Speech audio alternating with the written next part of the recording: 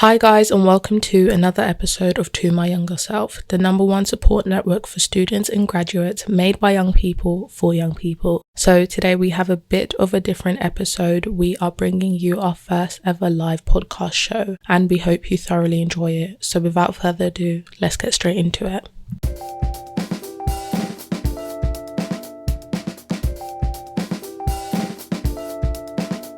Thank you very much. I firstly thank you for arranging this as well and setting this up, because me and Mr. OK have been speaking about this back and forth quite a bit, so it's good that it's finally happening. And we hope you enjoy it. What we want to talk about today is building self-confidence, self-belief, and learning how to not doubt yourself and things like that. Because we wanted you to leave today just feeling empowered to make whatever decision you want to make in terms of choosing your career.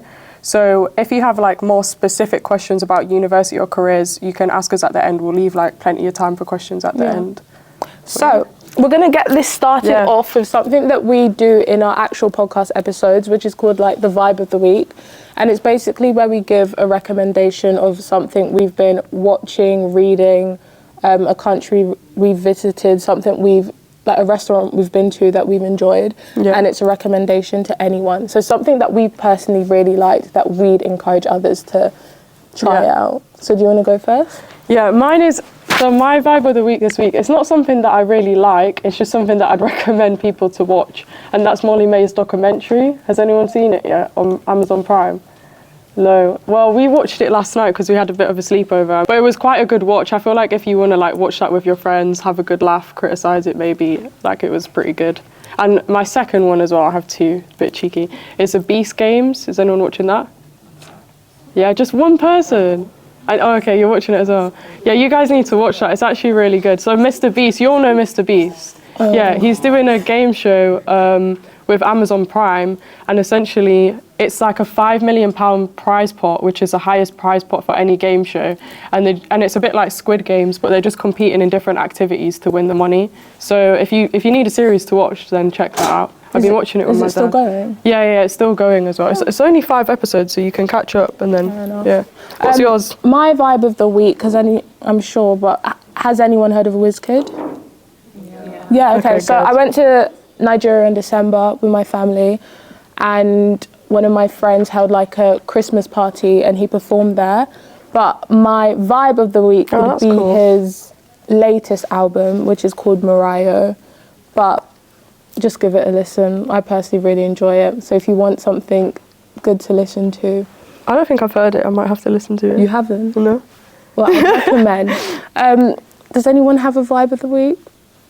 Come on, be brave. Anything. It doesn't really matter what it is. Movie, music, book, anything. Come on. What's yours? My vibe of the week would probably be jazz. Jazz. Oh, that's a really good one, actually. That's a really good one. I like listening to jazz or lo-fi hip-hop when I'm revising. Yeah. I don't know if you guys do that. With that done, should we get into the first topic? Yeah, go ahead. So the first topic that we want to talk about is self-doubt, so how you can overcome self-doubt.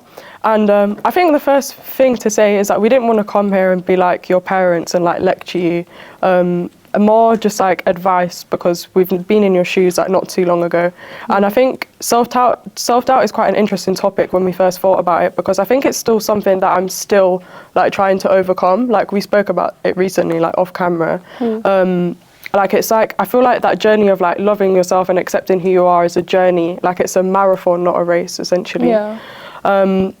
And I think it's even something that I've got so much better on compared to when I was at secondary school, but it's something that I'm still working on and conscious about, because even obviously it's something that people don't really know is that I actually get panic attacks and anxiety.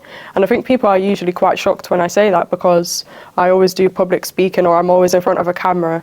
But actually what's funny is, I don't know if you've noticed this with YouTube, but when you're in front of a camera, you can edit it and cut out things. Yeah, a lot of things. Yeah. Oh, we both do YouTube as well. Yeah, we should have said that as well. We have our YouTube channels. So when you're watching a YouTuber, it's not as polished as you think it is. They've spent 9 hours probably editing that, taking out little pauses, little breaks. So yeah, people don't expect that I have anxiety. I think you've experienced that the most, and I think sometimes that's really linked to a lack of confidence in myself sometimes. But what I wanted to ask you, Praise, is your experience with that, because one thing I really admire about Praise is her self-confidence. Like, you're very, very confident in yourself, which I love. I'd say with me, the first time I ever experienced like self-doubt in myself was when it came to like applying to universities, and post that then also applying to law firms. So I was in the 2020 intake, so I didn't sit A-levels because of COVID, and because of that it meant that all my grades were like predicted based on my teachers and what they thought of me. And I went to a school whereby they didn't really care about who you are as a person. It was more so like their own opinion of you. So I could be doing really well in like history, for example, but because like they didn't, I'm a likable person, I'd like to think. Teacher's pet. Yeah, but because they just preferred other people, it was based off of that. And a lot of it came down to me having to constantly question like, oh, am I actually good at this? Or are my teachers' views and perspectives of me correct? So another time would be like in GCSEs, sciences are not my strong suit. Like, I don't like them to this day. Yeah. But I think I'm someone where if I work hard on something, I can turn things around. So an example would be like my physics teacher, and we had a parents' evening, and in front of my mum, he was like, she should not expect more than a C or a D. Like, that's it. And my mum looked at me, and I looked at her, and I was like, oof. But him saying that to me, I could have either taken it as one way, like, okay, yeah, CD, that's all I should aim for. Like, that should be it. But because I knew, like, a lot of your confidence has to come from within yourself, as opposed to seeking it from other people. I feel like as we grow up, it will definitely be the case where you want either whether it's your parents' validation or your friends' validation. But because I knew when he'd told me CD, he doesn't actually know me. And I worked hard for it, and I got an A star in the end. But if I had just listened to what he had said to me... Yeah, and accepted that, made that your reality. And made me constantly doubt myself, I don't think I would have got the A star in the end. Yeah, I feel like with that example as well, you touched on a good point. It's like, it shows you that outside, like, external forces can really affect your confidence, because especially like at this age as well, when it's someone that's of authority, like a parent or a sibling, or older sibling or a teacher that you feel like doesn't believe in you, that can affect your confidence in yourself. But I think, like you said, that's how you have to reframe it and make sure that confidence is coming from within yourself. Yeah. And I feel like one piece of advice I have, or a good tip in terms of how to actually get to that point where your confidence is very intrinsic, is actually being delusional. And what I mean by that is that literally every single guest we've had on the podcast, like CEOs, founders, businesswomen, everything we've asked them the same question, and we've asked, what is the key to your success? Like, if you could give one key that you think allowed you to get to this point, what do you think it is? And they actually all said being delusional. Yeah. Like, there's an element to being delusional in it, and just believing that if, like, I think I will be successful, then I'm going to be successful, and having that delusion. Like, for example, with our podcast, like, there's probably like a lot of people that were hating on us. I mean, majority of our friends were all very supportive, but there would have been some people that were hating and thinking, oh, raw, like, why are they starting a podcast? Like, there's so many podcasts, like, who do they think they are? Da, da, da. Like, I don't care. Like, do you know what I mean? I actually don't care. Because we're both very delusional in the sense that we believe, like, we strongly believe that this podcast will do well. Like, when I was at secondary school and I was going through X, Y, and Z at home, like, I just believed that no matter what, that I would be successful. And I really do believe that mindset is so important, and people don't talk about it enough, because your mindset is really your reality, and how you talk to yourself is what will manifest in the world around you. If you sit at home and tell yourself, oh, I'm a failure, I'm not going to be a success at all, because, you know, like, my parents didn't go to university, so I'm not going to go to university, and this is my life. And that's the way you condition your mind to think, then unfortunately that will actually be your reality. Like, you have to wire your brain to believe that no matter what, you will succeed. And I always told myself, because I went through quite a lot growing up. I mean, we all do this life, isn't it? Yeah. Like moving around schools. Like I went to like 10 different schools before, I think even like 9 or 8 or something, different schools before coming to Prendergast, and like by that point 10 before coming to uni. And obviously I grew up in like a single parent household, dad wasn't around, and then I ended up being kicked out from home. I had experience being homeless. There's a whole load of shit, I won't get into all of it. But I always told myself that there's no way God is throwing me all of these battles and I'm overcoming these things for no reason. Like I was so delulu, like I just thought like I'm overcoming these things and I'm working hard and it's going to pay off one day. Like one day there'll be a reward for these efforts. And I think telling myself that and believing that every day is what allowed me to get to this point, to be honest. Do you feel like that's something you always thought, or what helped you think like that? Yeah, I don't know why. I always just thought that, like from when I was a child, like I didn't know what I wanted to do, because obviously, like I said earlier, I didn't know what economics was. So I'm not saying I knew I was going to be an economist. Like whereas with you, like we spoke about this before, you kind of knew that you wanted to do law from a young age. Like my mind would always change about what I wanted to do, but I always just believed and knew that I would be successful in terms of whatever that might look like, whatever God has planned for me, but that I will have a good life and that I will sort of break generational curses from my family and help like uplift my family. Like I always strongly believed that. I think another interesting thing that would be necessary to like bring up is that I don't feel like you always need to know what you want to do in order to believe in yourself. Like it could come down to the smallest things, whether it's like, so I play hockey, and when I got to university, I stopped playing, but it was because the culture there was just not a lifestyle that I could sustain or keep up with. And because of that, I didn't want to continue doing it. But then once I left university, I decided and went out of my way to like join a hockey club local to me. And that's something for me where I was like, I'm never going to do this because I don't know these people. And it's really putting myself in an environment which I hadn't really experienced since school. And I constantly kept doubting like my abilities in getting back into hockey. I kept doubting like, oh, I'm not good enough, or like I have stopped playing for 3 years, like why should I go back? But it just takes taking a small step in the right direction to get you where you want to be. And I love it now. Yeah, exactly. I love that you do that as well. It's good to just have like certain hobbies and pick them up later in life again. I wanted to ask you, what do you think the importance of friends has been in shaping your self-confidence? Because I think you mentioned like the example of teachers, like if teachers doubt you or if teachers believe in you as well, on the flip side, it can really improve your confidence. Like what did you notice like when you was at secondary school, like your friendships affected your mindset and your confidence? I would say my dad says this thing called, it's actually from the Bible, but it's like iron sharpens iron. So it's like who you're around or the people that you're surrounded by is how other people will view you.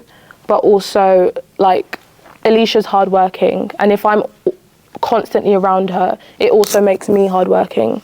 So when I was in secondary school and sixth form, I would say majority of my friends were like either hard workers or studious. So they would spend time in the library, and truly that's not my cup of tea, like it isn't.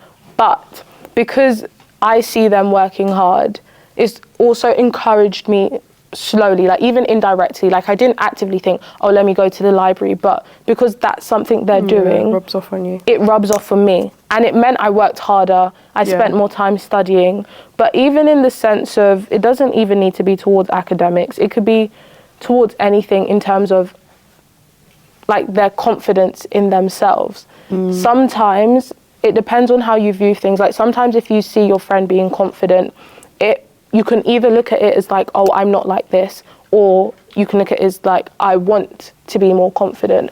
And because my friends were people who were hardworking, they were supportive, and I was supportive of them, I think that really helped me become, or like grow into who I am today in terms of Like, even we all went down different career paths, but we all persevered in whatever we were doing. So I feel like having friends who are supportive of you, or even friends that you're able to speak to about things that you wouldn't really talk to your parents or siblings about, has always been important for me. And it's really, really helped me. But how do you feel like it has with you? I think what you said is so good, and I feel like that's a positive aspect that friends can have, because like I noticed that with our friendship as well, for example, that it does rub off on you in a very positive way, and you can like bounce off of each other, like starting podcasts together or starting a business with your friends. Like, those are possibilities. But I also feel like there was a period of time when I was at secondary school where I had the flip side, and I had negative influences from my friends, and it's something that I recognised and I knew that had to change. Because essentially I moved to Prendergast when I was in year 9, from Scotland actually, so I moved halfway through year 9, and I feel like, I don't know if anyone has had the experience of like moving schools and being a new girl, but sometimes it's like you force yourself to fit in because you just want to, I don't know, like you just want to get your head down, you don't want to stand out too much, and you want to just like fit into a friendship group and like make your way through the school year. Like, that's kind of the goal.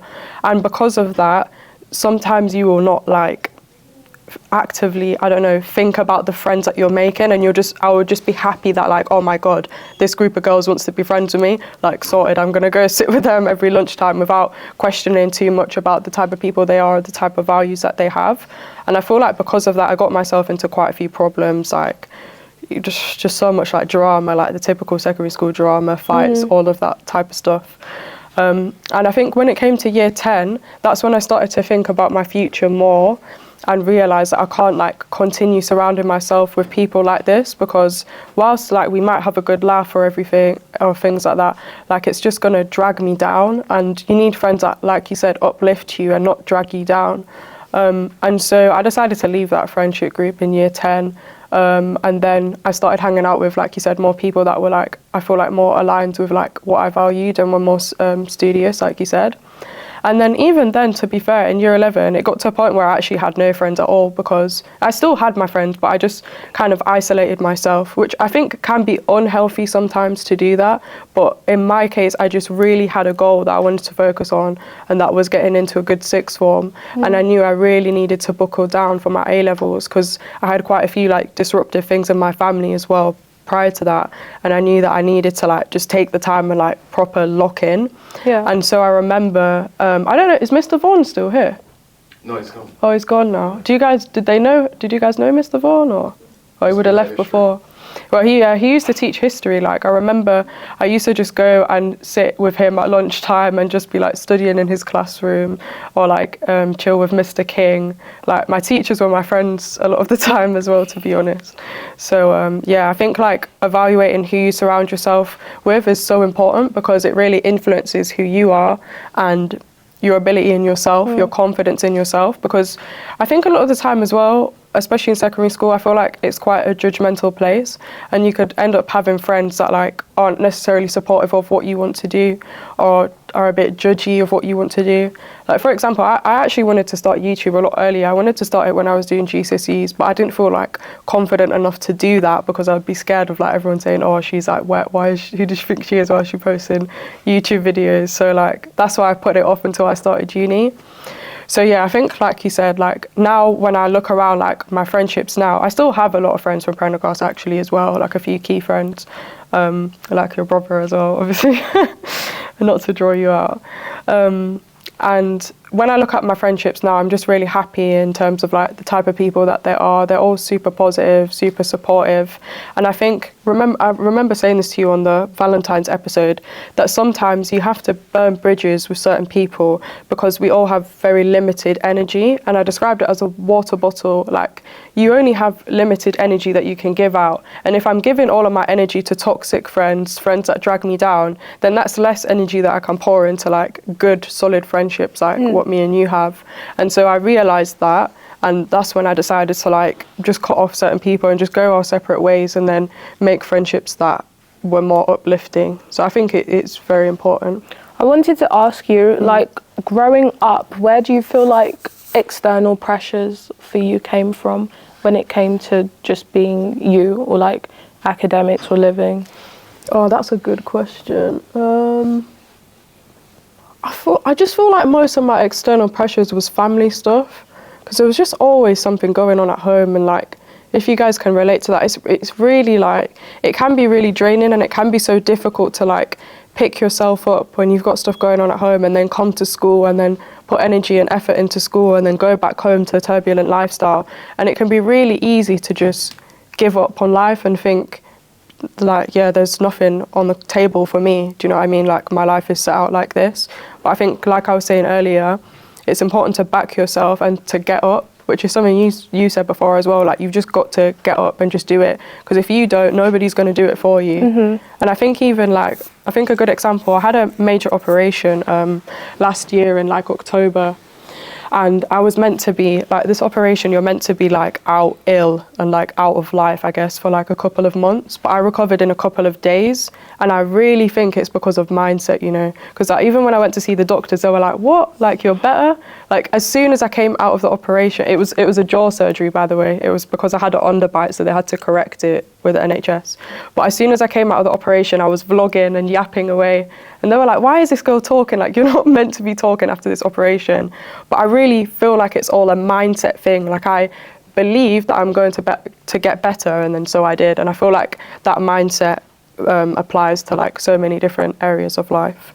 I wanted to ask, does anyone here, like, it could be a hand raised, you don't need to say, but do you feel like you experience external pressures, whether it's from your parents or your siblings or comparison? I see a couple nods. Yeah, there's quite a couple of nods. Yeah. I guess mine would probably be with my parents. And it took me a couple of years, or like, it took me probably till last year to understand why they are the way they are. But I'd give the context. So I'm Nigerian, and my dad and my mum were born in Nigeria, and I think they both came here when they were like 20, but they didn't know each other. And I know my parents came when they came to the UK with nothing, like, in order to give their future children the life that they want, whether it's for the life that they couldn't have for themselves, but they could give it on to others. And I guess when you know how much effort your parents have put into certain things, whether it's like providing food at home, or like how many hours they work, whether it's on the weekend or you barely see them, it's like you almost feel like everything you do has to be for them. And that happened to me up until like sixth form, I'd say, where all my grades, all my achievements, it was never for myself. Like, it was always for my parents.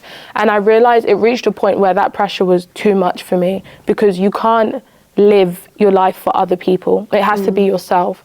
And as much as I love my parents, like, I love them so much, and I'm so grateful for everything they've been able to do for me, but I know they would probably want me as their daughter to also feel like I'm living a life that's true to myself. So I think even just having siblings is very easy for comparison to be a big thing, where even if it's not your parents comparing you to your siblings, it'll be like cousins, aunties or uncles. Yeah, there's always someone. But I think if you just constantly ask yourself, like, what do I want for myself? Yeah. You get to a point where you realise what that is, and you can try and live a life true to that. Exactly. That's really beautiful, I'm not gonna lie. Also, I think it's an interesting perspective from me, because you're a younger sibling, whereas I'm the oldest of six of us. So I don't feel pressure from my siblings, but I look at my younger brother and I know he feels pressure to sort of live up to things that I've achieved. And it's like, I have to remind him that we're all different. We all have our own different journeys. Like, God has his different plan for all of us individually. And so, like you said, it's like comparison as well. And sometimes you can have healthy comparison, because, like, for example, with my younger brother, he says that he looks up to me, and then sometimes he compares, and it's healthy because it's like motivating. Like, even like when I look at you, for example, sometimes it's like, it's motivating. It's not like a jealousy thing or like a negative comparison.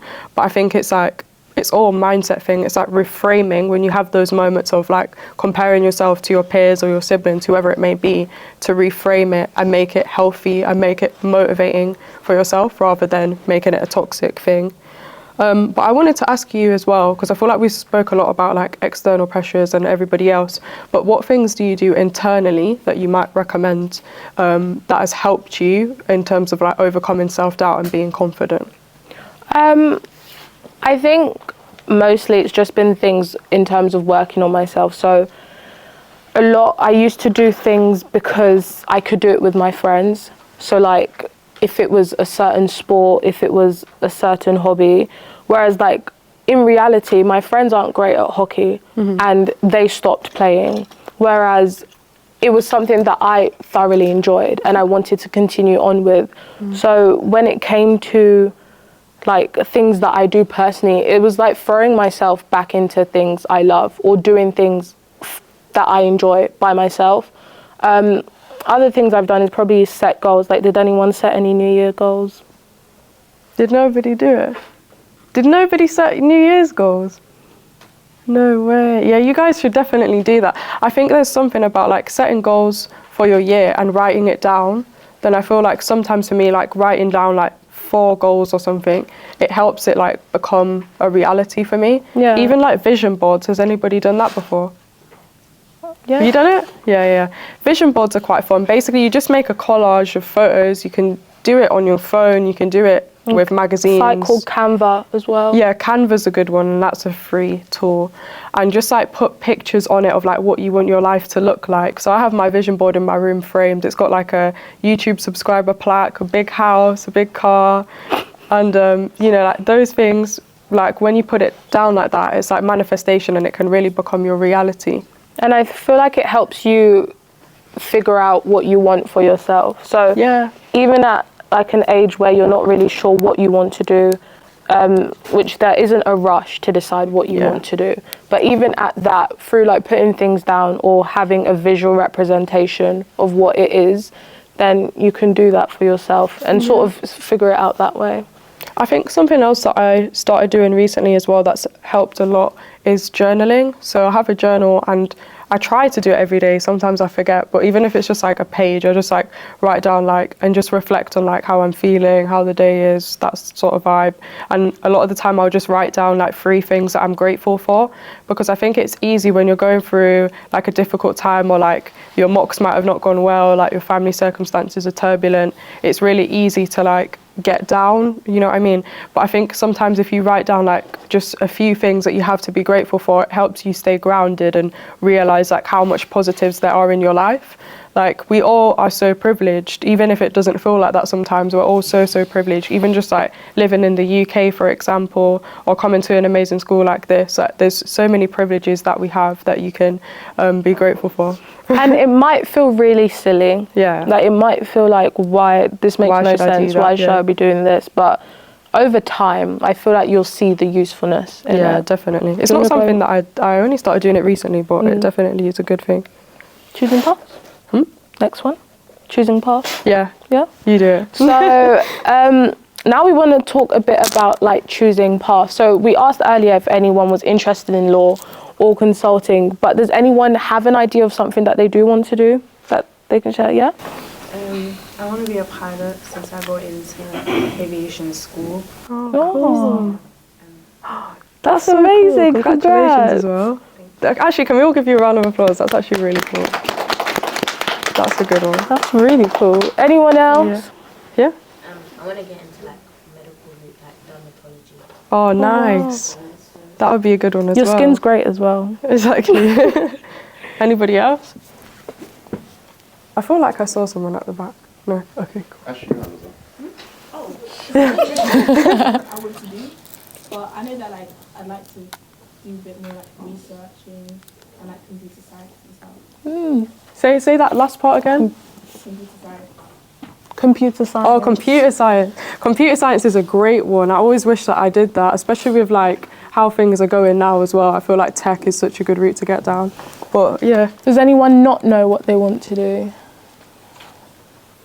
Yeah. Yeah? Anyone else? Not sure. Okay. Well, with choosing paths, obviously we spoke a bit earlier about how I always knew, Yeah. essentially, that I did want to do law. How did you always know that that was something that you wanted to do? I just think I was quite argumentative when I was younger. I had 2 older brothers. I always had to like have my own back. I wasn't good at sciences, and I wasn't, you know what? I wouldn't say I wasn't good at sciences, but in comparison to my peers, it came quickly to them. And then later on, for me, it was like I'd have to spend hours and hours and hours on things that we learned in 10 minutes in class. Yeah. So I just knew I wouldn't want to persevere over something like that. But with that being said, I would say, like, even if you feel like you're not good at something, that shouldn't deter you or stop you from wanting to pursue a career that involves it in some way. But that's essentially why I wanted to do law. I'd also said this before. Has anyone watched Suits? Yeah, exactly. So with Suits, I was like, I can do this. Like, I can do that aspect of things. So that was also another encouraging aspect for me. But did you always know you wanted to do consulting? You said no. No, yeah, it was something that I fell into, and like that would be my advice in terms of like choosing your path and what career you want to go down, is to just be open-minded and be comfortable with exploring the unknown, because I feel like that's how I found what I wanted to do. So I always change my mind. Like when I was younger, I used to say that I wanted to be a lawyer as well, and then I said I wanted to be a politician, a teacher. Like literally, I always had different ideas for what I thought I wanted to do. Then it's quite funny that I ended up studying economics, because I really hated maths at GCSE. I just felt like it didn't come naturally to me, which I feel bad saying, because yeah, it's a maths teacher. But yeah, I did. Yeah, I ended up doing well in maths. So then I did it at A level, which I was surprised at myself for picking it, and then somehow I ended up doing economics at uni, which is essentially a maths degree. But the reason I found economics is because I did business studies when I was here at Prendergast, and then my teacher actually recommended for me to do economics at A-level because it's very similar, and she thought I would enjoy it. So again, like I was just open to exploring different possibilities, and I was like, yeah, why not? So I studied it, and then I really enjoyed it, so I went to do it at uni, and then London School of Economics seemed to make the most sense because it's like one of the best unis for economics in the country. And then when I was at LSE, what you can do when you're at uni is like a lot of work experience. So I did it in first year, and I mostly did work experience in think tanks, which is in politics. And I actually didn't really enjoy my experience there. I think I found it quite difficult, like when it came to issues like immigration and certain things, and I felt like some people's opinions were like very closed-minded in terms of like the people that I was working with. I personally found that challenging. So I thought this might not be for me at this stage in my life. And so then I started looking at other things, and then I literally found consulting, like, I don't know how, I think some people were talking about it at uni, so I started exploring it. And then I did loads of work experience there, did an internship there, and realised I actually really enjoy this, and it makes a lot of money. So it makes sense to at least give it a go for a few years. And that's why I'm going into that now. But yeah, like I said, I think it's just important to like step outside of your comfort zone, and like we said, like all the growth happens outside of your comfort zone if you think about it. So just don't be scared to like explore new subjects or research new things or find different things that you might like. I think something I find really great about Alicia was that when she was explaining all the different career paths that she tried, you didn't stop. Like you kept going to find, okay, I don't like this, let me try something else. With that, I feel like something that we also mention on our podcast is sort of embracing the uncertainty and the unknown. So whilst I've always said, I did always want to do law, I'm 23 now, like I just turned 23, and I felt like I'd been studying for years and years and years to even just start working, which I haven't started yet. But there were so many points at university or even after uni where I was like, I'm not really sure if I want to do this anymore. And there were so many different points where I was like, I've spent so many years of my life doing this. And like, is that what you want to do? Is that what I want to do? Or just not knowing essentially what my future looks like, which now looking back in hindsight, it's not something that you need to know. But for me, with law, what you have to do is that you apply to a bunch of law firms, and it's like 5 different interviews, and you put in an application, you do a CV, you show like work experience that you've had, and it'll be like the first stage, second stage, third stage interviews, and you can get to the 5th stage and then completely be told like no. Yeah. And that takes like 6 to 7 months. So, imagine doing that whilst at university, and you've worked for like 6-7 months for a particular law firm, and then you don't get it. They say no to you. Things like that felt very demoralising at the time. And I remember at the end of my 2nd year, I was like, I'm not going to do this anymore. Like, I'm done with it, and whatever happens after university, we'll do with it then. But this is where, like, friends are really important, because it was my friends who were like, no, like, you're nearly there, and you've done it for so long already. Keep trying. And literally a week after, where I decided, no, I don't want to do this anymore, is when I got my job for the law firm that I'll be starting in 2 months. Yeah, so if you had stopped there or given up there, then you wouldn't have got your job now. Yeah, I wouldn't have. So I think it's quite confusing, like growing up and not exactly knowing what you want to do, or facing rejections, or facing like people constantly telling you no. But that's why it's so important to have that self-belief in yourself, but also be surrounded by people to help you. Exactly. I think you touched on a good point. Like, it's important to embrace uncertainty. It's also important to embrace rejection. And I think, like, learning that rejections are a part of life. You won't get every single thing that you want. And that might be because God has something planned better for you that you can't see right now. Or there's something better for you. Like, for example, your law firm was waiting right there. If you'd stopped then you wouldn't have got your job. And I feel like at your age as well, I experienced like a lot of rejection, mostly after I left Prendergast, like with my applications to university. Like, Cambridge was a big one for me. Like, I poured my heart and soul into that, and like I thought it was my entire world was to go to Cambridge. And when I didn't get in, I literally felt like I wanted to die. Like, it literally felt like my whole world was like colliding, and like it just felt like, I don't know, it was the end of the world. But then it's crazy, because if I went to Cambridge, then I wouldn't have had certain opportunities. I wouldn't have met certain people like yourself if I didn't go to LSE.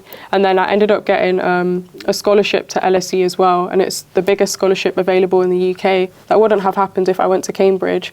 But at the time when I got rejected from Cambridge, like I said, I had all those feelings of like, this is the end of the world. Because that's the thing with life. You can't see like what's ahead for you and what's planned ahead for you. So it's easy to give up. Like, I could have quit then and been like, that's it, like not going to uni, not going to make any more applications, not going to apply for scholarships, and I could have stopped there. But then if I did that, I wouldn't be like here. So I think it's important to embrace rejection and remember that it's a part of life, and it comes at all stages. Like, you can ask all your teachers, your parents, like even when you're applying for jobs, you might make 100 applications. Or universities. Yeah, university. You make so many applications to things and get rejected from so many things. And like you said, it can be really tiring. It can be very I can't speak. How did you say that word? Demoralizing.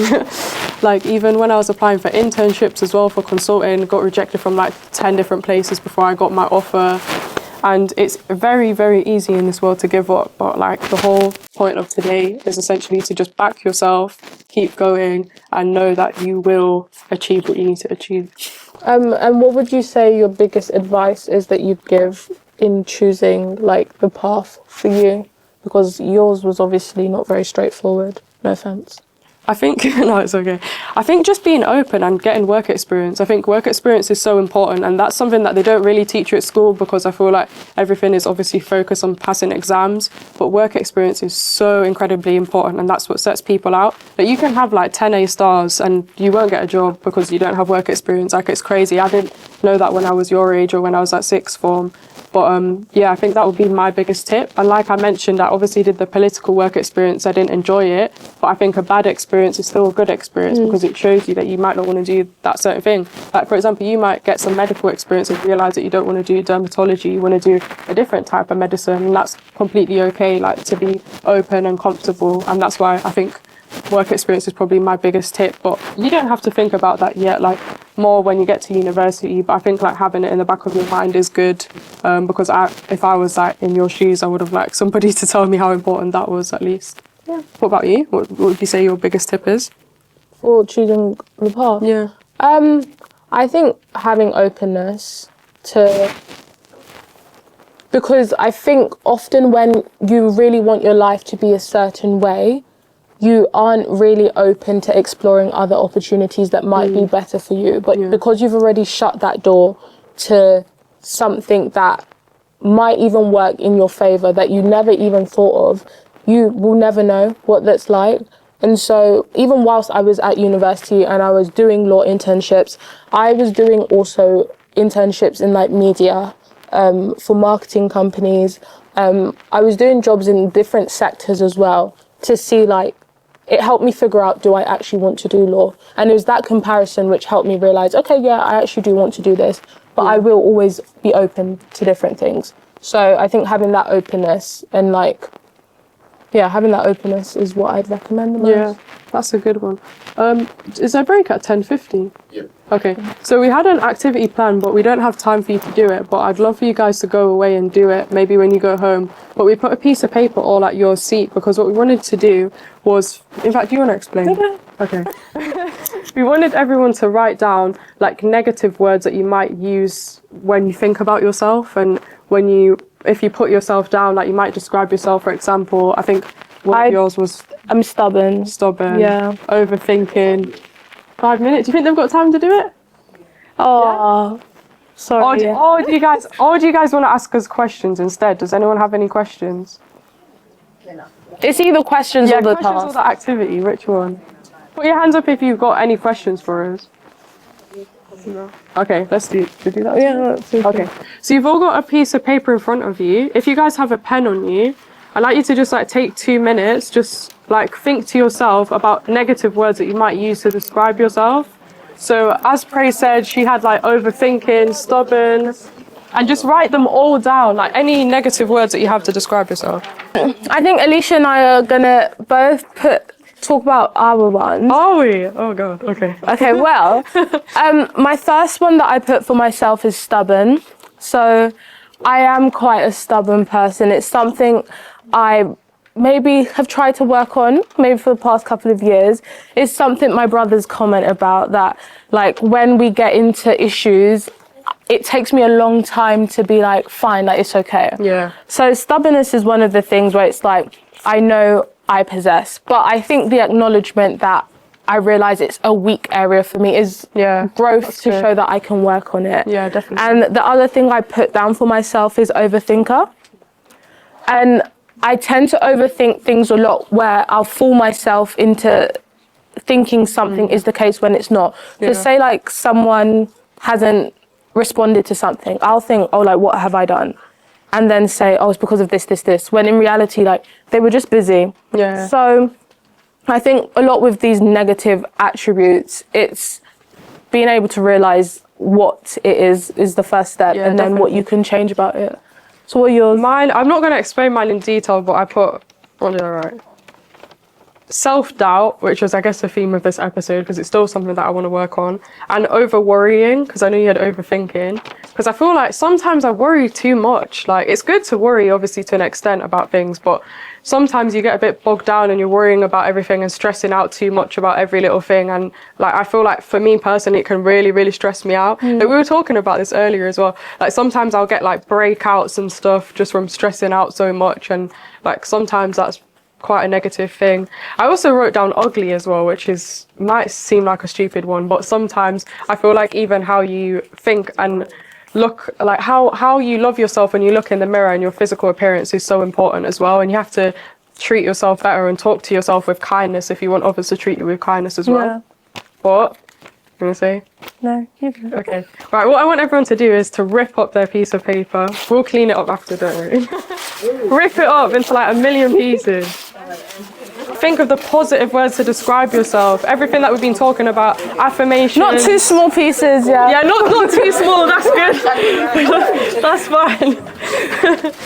But yeah, think about all the positive affirmations. Hopefully you leave today feeling a bit more empowered, and start to like treat yourself with kindness, talk to yourself better, and introduce those positive words into your life. And thank you guys so much for coming, for listening. We really appreciate it. And we wish you all the best in everything you decide to do. But yeah, I hope you enjoyed it, and thank you all for being a part of it.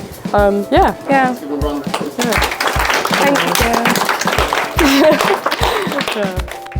And so thank you guys so much for listening to another episode of To My Younger Self. We hope you thoroughly enjoyed listening or watching this episode. If you do have any comments, leave them down below in the comments section on YouTube.